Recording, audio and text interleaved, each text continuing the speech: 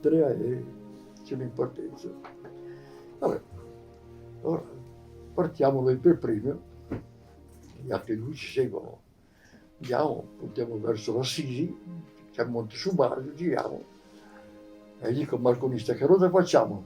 Facciamo Civitavecchia e andiamo sul mare. Arriviamo a Civitavecchia, andiamo sul mare e ci mettiamo un po' a largo.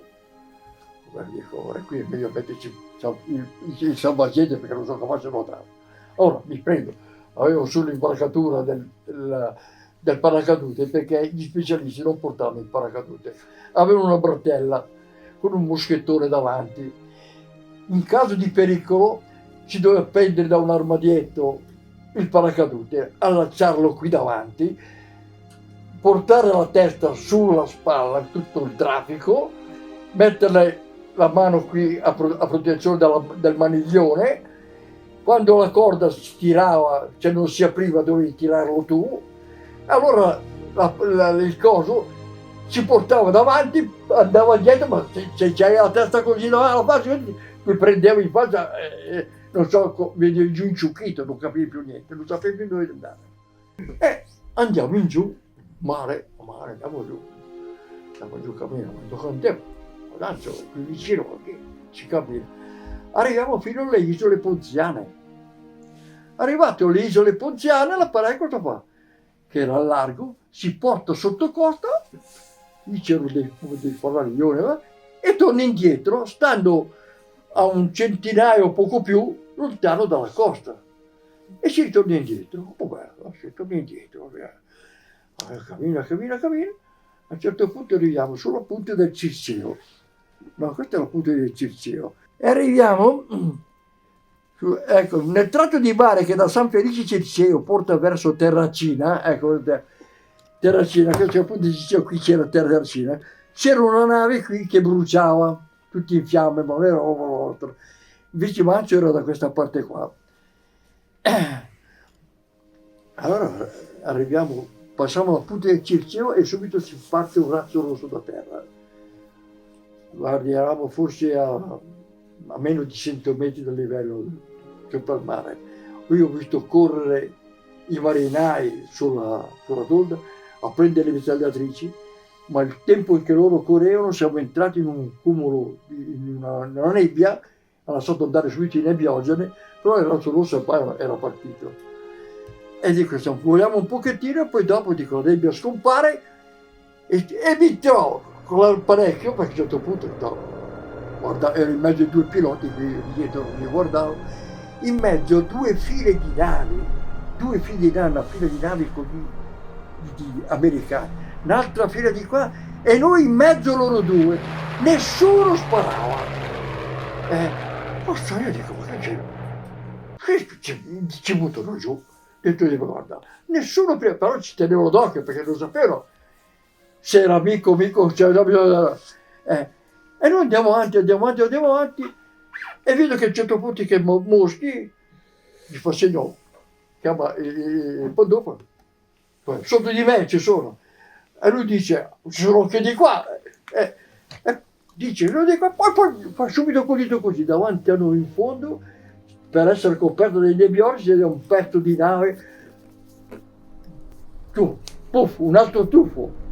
Eravamo forse a meno di 100 metri, eravamo forse a 50 metri, un altro tuffo. Il tempo di sganciare il siluro si è aperto il finimondo. Pallottole, granate, tutto, cioè, da terra, da tutte le navi che sparavano, tutti quei pallini rossi coriandoli che ti venivano incontro, ma sparavano tutti in alto convinto che erano in alto, invece noi passavamo in mezzo. Poi dopo, quando ho capito che invece eravamo bassi, ho cominciato a fare ora solo di là, ma intanto l'apparecchio ha dato il più 100, cioè era forzare di più il motore per scappare via, ma non potevi tenerlo su tanto, quindi dava una velocità di 50-100 km di più all'ora, ma era questione di un minuto, 2 minuti, di più no, però andava a sparare a tutto quanto. L'apparecchio da su, giù, destra, sinistra, un vostro stomaco non finire. Sballottato, io mi tenevo di altro. Il primo viene, signorine, cosa fa? Sentendo l'odore di quella puzza d'olio bruciato del motore tirato, dico l'apparecchio brucia, brucia, brucia, si aggrappa alla mitragliatrice, perché nel 79 c'ha scoperto davanti tutto così, no? Si aggrappa alla mitragliatrice, mette un piede sul suo seggiolino e un piede su era così, no? Qui c'è la mitragliatrice, qui c'è dei misuratori di benzina, una palettina, un altro piede sopra e si butta fuori. Io come lo vedo buttarsi fuori lo prendo per la gamba. Da qui signorino, prendo qua. Ma brucia, brucia, comincia a scalciare, pim pom, pedate in faccia, sulle spalle, tra lui che scalciava, l'aereo che andava su, giù, compiva delle evoluzioni tutte particolari, a un certo punto in una cabrata, vibrato, non lo so, mi sono trovato, ho dovuto mollare la presa, mi sono trovato in fondo alla carlinga, proprio in fondo, proprio qui alla coda, no? Davanti alla mitragliatrice laterale. Distinto mi voglio di prendere il paracadute, no? Ma poi guardo fuori, vedo che là perché non brucia, vado dall'altra parte, guarda il fuoco, non c'è il fuoco. Allora ho dato un sospiro parecchio, voglio, stai tranquillo. Sto tranquillo, vorrei un maresciallo, dirò lì, aiutami a cercare il parrucchino. E c'ho l'altro pensare del parrucchino io, ma ha visto che non c'è più Signorini.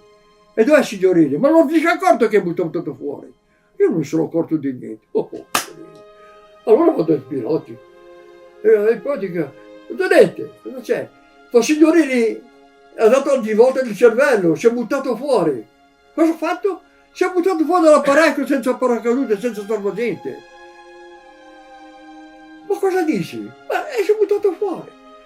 Quando ho sganciato il cilindro, poco dopo. Poi mi guardi in faccia e vedi che ho la faccia sporca di sangue. Ma tu sei ferito? Ma no, il sangue da naso, ma scalciato, qui ho tutta sporca. Sicuro che non sei ferito? No, proprio così, non me ne ero accorto nemmeno io, pensavo a tutto lì fuori. No, dico, guardi, porca mia, ma nessuno muscolo, cosa è successo? Ma maresciallo motorista, non ti ho mica dato una mano.